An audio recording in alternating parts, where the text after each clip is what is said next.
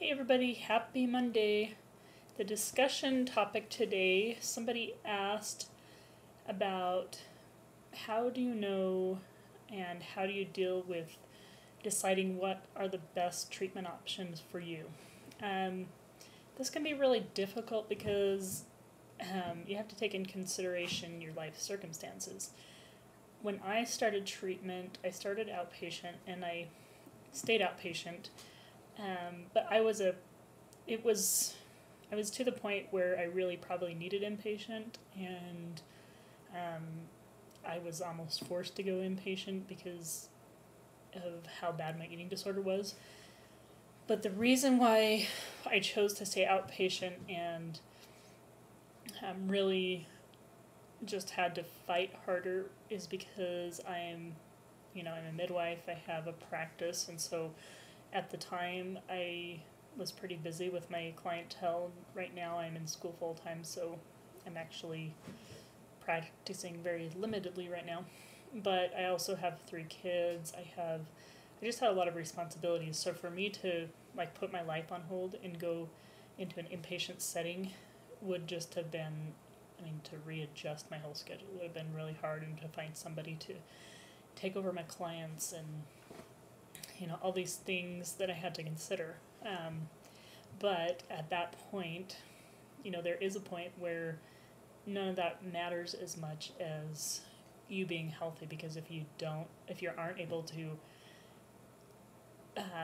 recover and get healthy in an outpatient setting, then at some point you need inpatient care.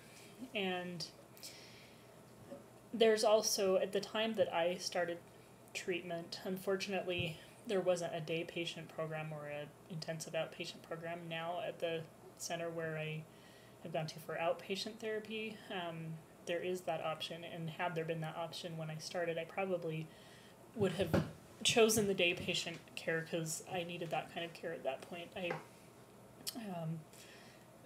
I was pretty sick when I started, so those are the reasons I chose to stay outpatient. And one of the things that really helped me was about 3 months into treatment, I really hadn't improved that much, and I was getting sicker and sicker.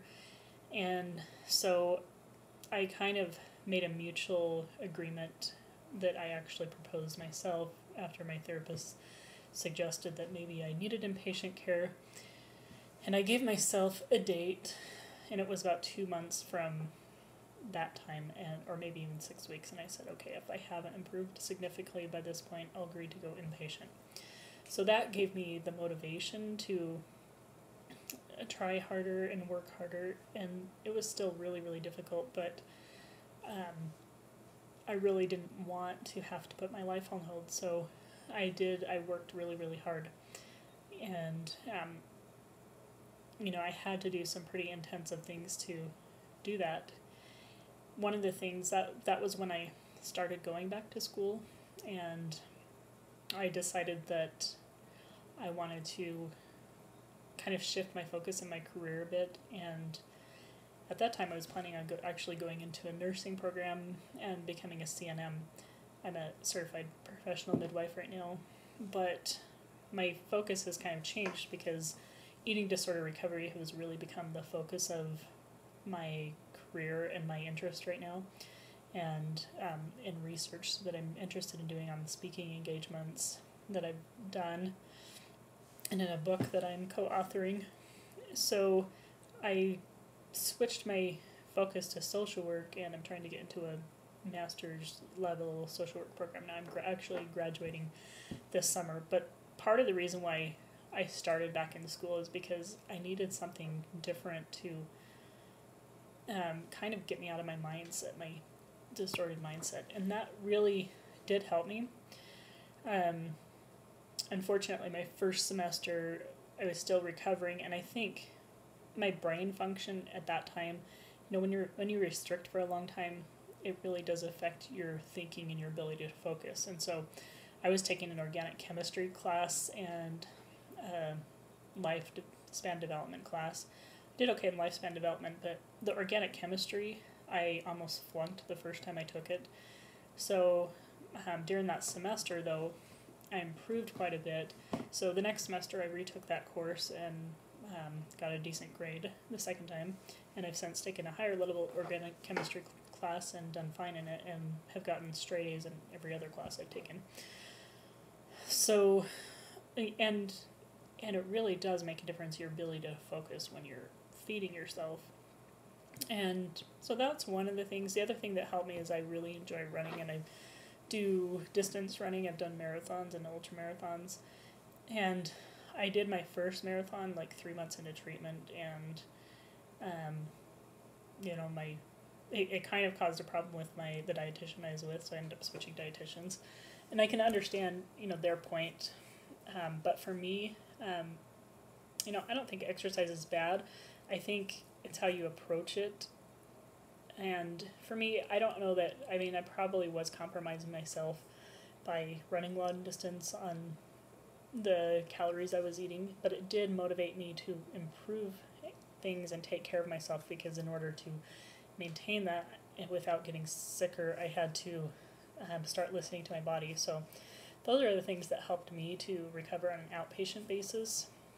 Now, one of the things to consider, had I gone inpatient, I probably would have improved a lot faster and might have made the last couple of years, maybe I would have progressed faster. I don't know that for sure. But, I think probably had I been single and not had the responsibilities of life, I definitely would have gone inpatient, because I was really out of control at that point. And the things to consider are you able to manage it effectively on outpatient basis when you're not having people watch you 24 hours a day? Are you able to be honest with yourself and your treatment plan or your providers? It was difficult for me, but I made a decision to be completely honest with my dietitian, with my therapist, about what I was doing and what I wasn't doing. And that was hard because, there were some weeks when I did really horrible with eating disorder behaviors, and I didn't want to admit how many times I'd purged that week or how few of calories I had eaten, or, and even being honest with my running plans. My therapist actually supported me, and my second dietitian was pretty supportive. We had to watch it really carefully because to make sure I wasn't like switching one obsession for another.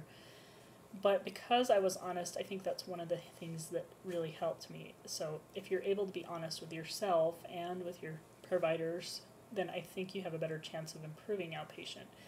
If you don't feel that level of trust and you're not feeling like you can be honest with yourself and with your treatment team, then at that point it's probably a good idea to consider inpatient care, because inpatient care forces you to be honest.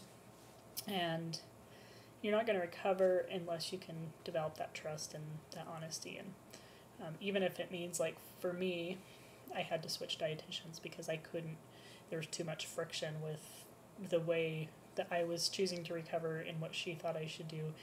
And I couldn't conform to her and feel like I was recovering, but I also didn't want to be dishonest.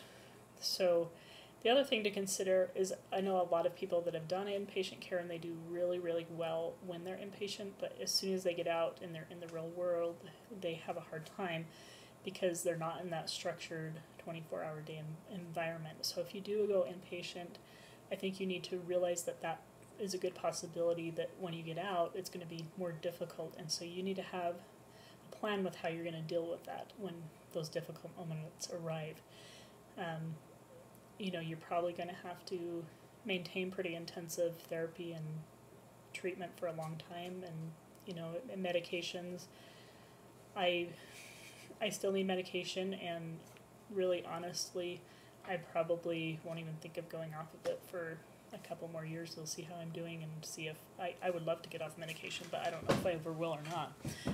But being on medication is definitely helpful to me and better than my eating disorder behavior. So those are all things to consider, and ultimately, it's something not to weigh out lightly, and a decision to make with your treatment team. So good luck, and I hope that helps.